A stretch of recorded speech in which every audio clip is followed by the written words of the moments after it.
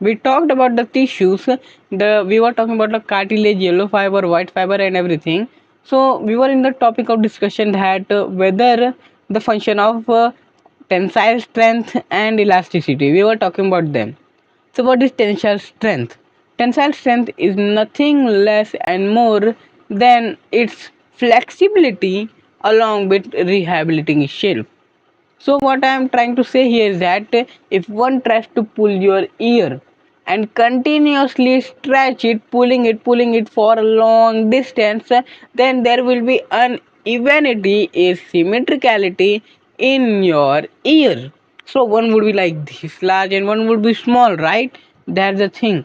But your body does not want that. It requires regular symmetry because due to the flow of blood, due to the evenity, because of its highly coordinated system, its need to spread everything evenly throughout each organism. So it's that need. So because of that, no type of asymmetry could be bearable. It that because if this grows a lot, so large amount of blood will be required for that, but not for this. So the quantity of required blood increases, the quantity of required nutrition also increases, and the quantity of each stuff for the nourishment of the human body will increase. So that's why body requires asymmetry. Now the regular symmetry is required, but to give that regular symmetry, your body has tensile strength, which means it can stretch but gets back into the original shape when it is released. So that's the thing. And what is the yellow fiber thing? Yellow fiber does the work of connecting, as well as it has elasticity in between them. So the two topics that come into my mind whenever I'm talking about elasticity is your tendons and ligaments. So here the thing that I'm going to talk here, what are tendons and what are ligaments? Tendons are the thing which connect your muscles to your bones, and ligaments which connect bones to bones. So they also include fiber in them for their connection.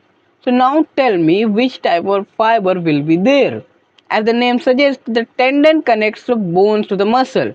So is there any elasticity required in them?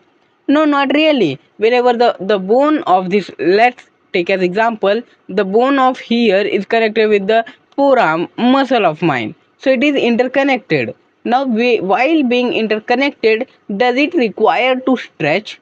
No, it does not. So the connection is made with the help of tendon, but it does not require flexibility nor stretching. But whenever I'm talking about connecting bones to bones with the help of your ligaments, then you require stretching, because if my hand is like this, so it has a very basic stretch, more of a contraction, that is constriction. But when I leave my hand like this, so it is flattened out, so large amount of contraction not but release of the ligaments is required. So that's why they are elastic, and this is where the yellow fiber and the white fibers are required for the stretching and contraction. That's the thing. Thank you.